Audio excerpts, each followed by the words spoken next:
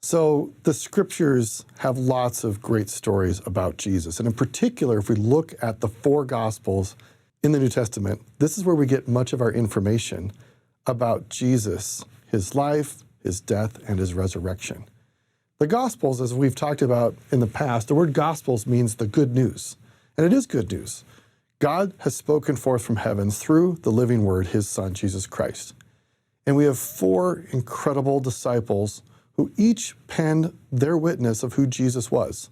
So we have an invitation to you that as you learn more about Jesus, you might look specifically at how Matthew, Mark, Luke, and John each witnessed or testified of Jesus. What is similar? What is different about those witnesses? Similarly, when you are listening in testimony meeting, you have all these members of the church who each witness of Jesus Christ, but each in their own way, and there's something beautiful to learn. So I want to just give you a moment or two to hear about what the Gospels are as literature. So when the Gospels were written anciently, they were written in the guise of an ancient biography. Now in the modern day, most of us generally understand what a biography is. And many biographies are very lengthy.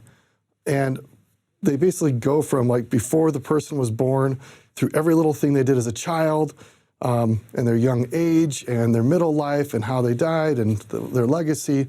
But every last detail we try to pack into these biographies. That is a modern biography where we try to trace the character development of the hero of the story. Ancient biographies were a little bit different. Let me just point out why ancient biographies were composed. And what we've discovered through scholarship is that the four Gospels in the New Testament follow this format of an ancient biography. First of all, it's to preserve the words and deeds of a great hero.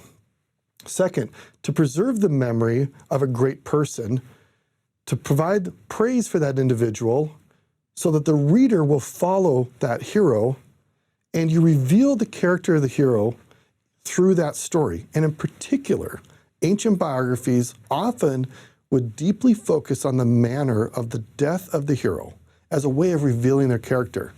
Now, if you think about the four Gospels, only two of them even talk about the birth of Jesus. They spend most of their time only in the last year or two or three of Jesus' life.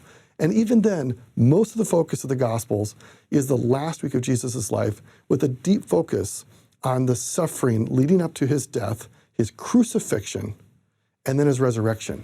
And I might point out that for an ancient reader who was familiar with ancient biographies, they would have been stunned to read about Jesus because in the ancient biographies, the hero never came back to life, ever. And yet here we have four witnesses saying this hero not only died for all of us, but the character of this hero is that he had the ability to come back to life. And because of that, you too can live again.